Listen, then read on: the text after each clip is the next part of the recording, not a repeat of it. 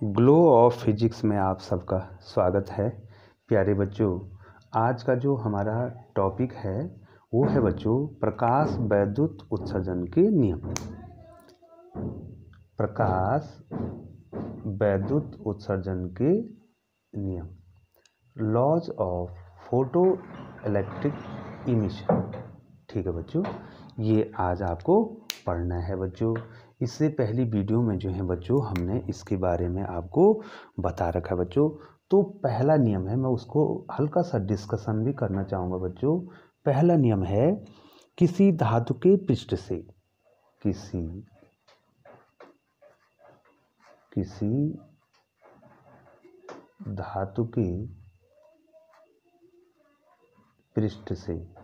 धातु के पृष्ठ से इलेक्ट्रॉनों के उत्सर्जन की दर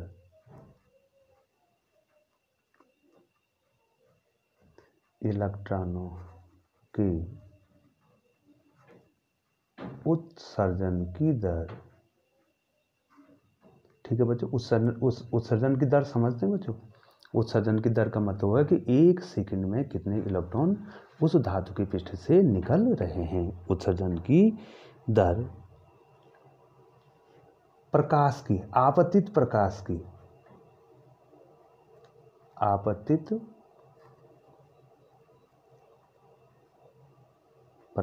की तीव्रता पर निर्भर करती है। ठीक है बच्चों। फोटो इलेक्ट्रिक इमिशन जो है, laws of photoelectric emission का पहला नियम हो गया, किसी धातु के पृष्ठ से इलेक्ट्रॉनों के उत्सर्जन की दर आपतित प्रकाश की तीव्रता पर निर्भर करता है। इसका मतलब क्या हुआ बच्चों, मैं समझाता हूँ बच्चों। देखो बच्चों, ये प्रकाश है। देखो बच्चों, तीव्रता का मतलब फोटोनों की संख्या। ठीक है बच्चों, तीव्रता का मतलब क्या होगा बच्चों, फोटोनों की संख्या होगी। ठीक है, ये मैंने पहले भी आपको बता रखा था। प्रकाश की तीव्रता बढ़ेगी तो फोटोनों की संख्या क्या हो जाएगी, बढ़ जाएगी बच्चों। इधर देखिए, ये इसको मैं डिस्कशन कर रहा हूँ बच्चों। ये देखिए, ये धातु है, ये देखिए बच्चों। ठीक है, अब एक फोटोन ये है, ठीक है, एक इलेक्ट्रॉन ये है, एक फोटोन ये है, ये देखिए एक इलेक्ट्रॉन ये है, एक फोटोन ये है, एक इलेक्ट्रॉन ये है। तो जितने ज़्यादा फोटोन होंगे उतने ज़्यादा इलेक्ट्रॉन क्या होंगे, उत्सर्जित होंगे। ठीक है बच्चों, उतने ज़्यादा इलेक्ट्रॉन क्या होंगे, उत्सर्जित होंगे। वो तो निश्चित है बच्चों कि प्रकाश की तीव्रता का संबंध है प्रकाश की तीव्रता बढ़ने पर फोटोनों की संख्या बढ़ेगी, फोटोनों की संख्या बढ़ेगी, तथा अगर फोटोनों की संख्या बढ़ेगी बच्चों तो क्या होगा बच्चों, उतने ज़्यादा क्या होंगे, इलेक्ट्रॉन निकलेंगे। प्रकाश की तीव्रता बढ़ने पर फोटोनों की संख्या बढ़ेगी तथा उत्सर्जित इलेक्ट्रॉनों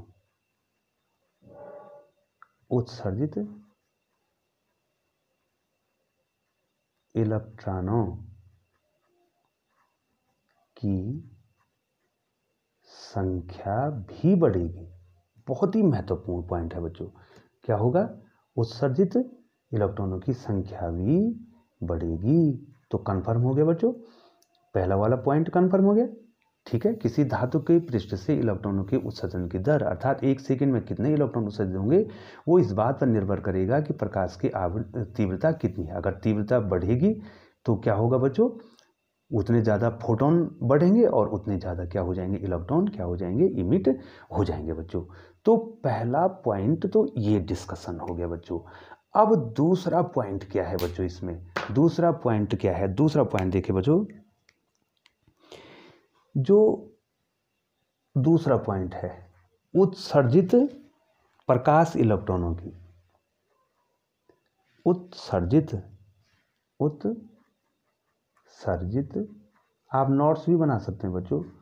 उत्सर्जित प्रकाश इलेक्ट्रॉनों की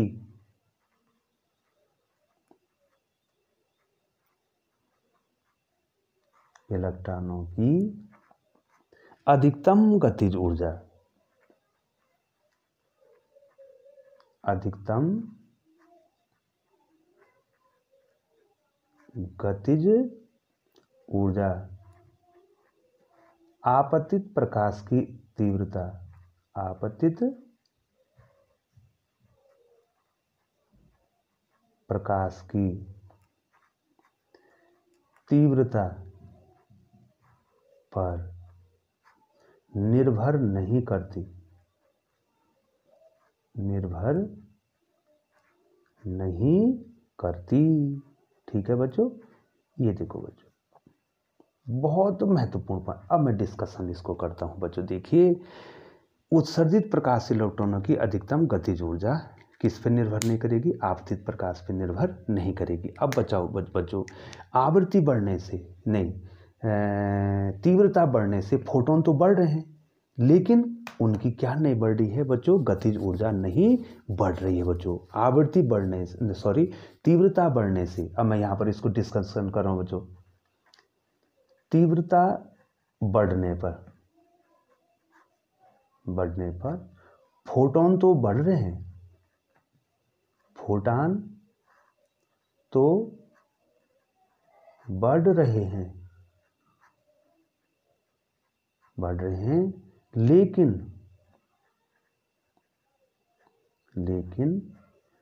गतिज ऊर्जा नहीं बढ़ रही है, गतिज ऊर्जा नहीं बढ़ रही है बच्चों। यदि बच्चों हम तीव्रता को बढ़ाएंगे तो फोटोन बढ़ेंगे, फोटोन बढ़ेंगे तो वो ज़्यादा से ज़्यादा इलेक्ट्रॉन निकालेंगे, ज़्यादा से ज़्यादा इलेक्ट्रॉन निकालेंगे तो धारा बढ़ेगी। ठीक है बच्चों, लेकिन उनकी गतिज ऊर्जा नहीं बढ़ेगी। क्यों नहीं बढ़ेगी? अगर हम जो है यहाँ पर जो है ऋण विभव लगा दें तो क्या हो जाएगा? धारा क्या हो जाएगी? तुरंत शून्य हो जाएगी, उनमें इतनी ऊर्जा नहीं हो पाएगी। अब मैं इसको और डिटेल से समझाता हूँ बच्चों। वैसे मैंने आपको समझा रखा बच्चों। ये जो है बच्चों, मैंने एक वो लिया था, निर्वातिक बल्ब लिया था, इसमें 2 प्लेट मैंने आपको बताई थी। अगर आप ध्यान देंगे, ये P1 है और ये P2 प्लेट है। ठीक हो, इसको हमने जोड़ा था इस प्रकार से। ये देखिए, जोड़ा था ना बच्चों।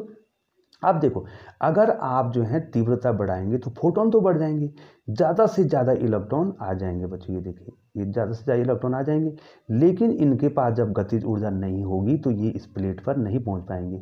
अगर मैं इसके सापेक्ष जो है इसको ऋण विभव पर लगा दूं तो गतिज ऊर्जा न होने का ज़्यादा से ज़्यादा इलेक्ट्रॉन तो निकल गए, लेकिन अगर गतिज ऊर्जा नहीं होगी तो वो कहाँ नहीं पहुँच पाएंगे? प्लेट पर नहीं पहुँच पाएंगे बच्चों। तो इसका मतलब तीव्रता का संबंध किससे नहीं है?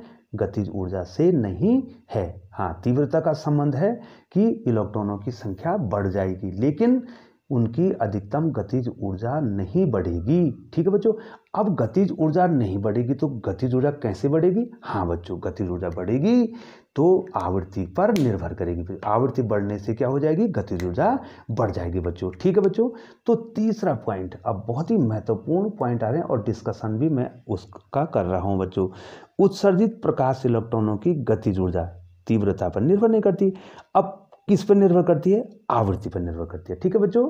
ठीक है बच्चों, प्रकाश इलेक्ट्रॉनों या उत्सर्जित प्रकाश इलेक्ट्रॉन जो कहते हैं, प्रकाश इलेक्ट्रॉनों की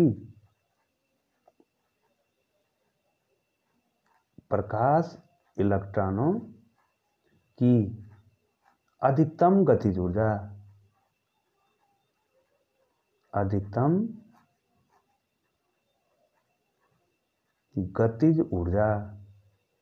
प्रकाश इलेक्ट्रॉनों की अधिकतम गतिज ऊर्जा आपतित प्रकाश की आवृत्ति पर निर्भर करती है। आपतित प्रकाश की आवृत्ति पर निर्भर करती है। ठीक है बच्चों, अर्थात आवृत्ति बढ़ाएंगे तो अधिकतम गतिज ऊर्जा भी बढ़ जाएगी बच्चों। ठीक है बच्चों। और वैसे भी बच्चों आपको ये ध्यान में होना चाहिए बच्चों कि जो ऊर्जा होती है, फोटोन की जो ऊर्जा होती है बच्चों, वो होती है बच्चों E = H न्यू। ठीक है बच्चों। यहाँ क्या है? H क्या है? कांस्टेंट है, h क्या है, कांस्टेंट है, तो E डायरेक्टली प्रोपोर्शनल किसकी हुई, न्यू की हुई बच्चों। इसका मतलब न्यू के द्वारा हम क्या कर रहे हैं, जिसके जो है जितनी ज़्यादा आवृत्ति होगी फोटोन की, उसकी ऊर्जा भी ज़्यादा होगी। अगर उसकी ऊर्जा ज़्यादा होगी तो क्या होगा बच्चों, उसमें गतिज ऊर्जा भी क्या होगी, ज़्यादा होगी बच्चों। तो किस पर निर्भर, प्रकाश इलेक्ट्रॉन की गति ऊर्जा किस पर निर्भर कर रही है, आवृत्ति पर निर्भर कर रही है बच्चों। अगला पॉइंट बच्चों, अब यहाँ पर देहली आवृत्ति का कॉन्सेप्ट बच्चों यहाँ पर आ जाता है बच्चों। ठीक है बच्चों, अब जो है आपतित प्रकाश की चौथा पॉइंट जो है यहाँ पर बहुत ही महत्वपूर्ण पॉइंट आने वाला है। आपतित प्रकाश की एक न्यूनतम आवृत्ति होनी चाहिए, ठीक है, उससे कम नहीं होनी चाहिए। ठीक है बच्चों, हाँ, वह न्यूनतम आवृत्ति, ये देहली आवृत्ति का ही वो देना है, वह न्यूनतम आवृत्ति जिससे ऊपर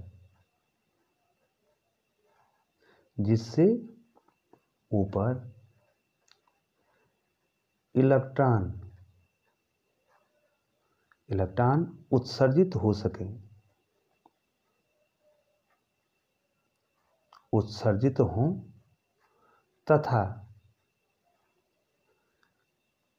कम होने पर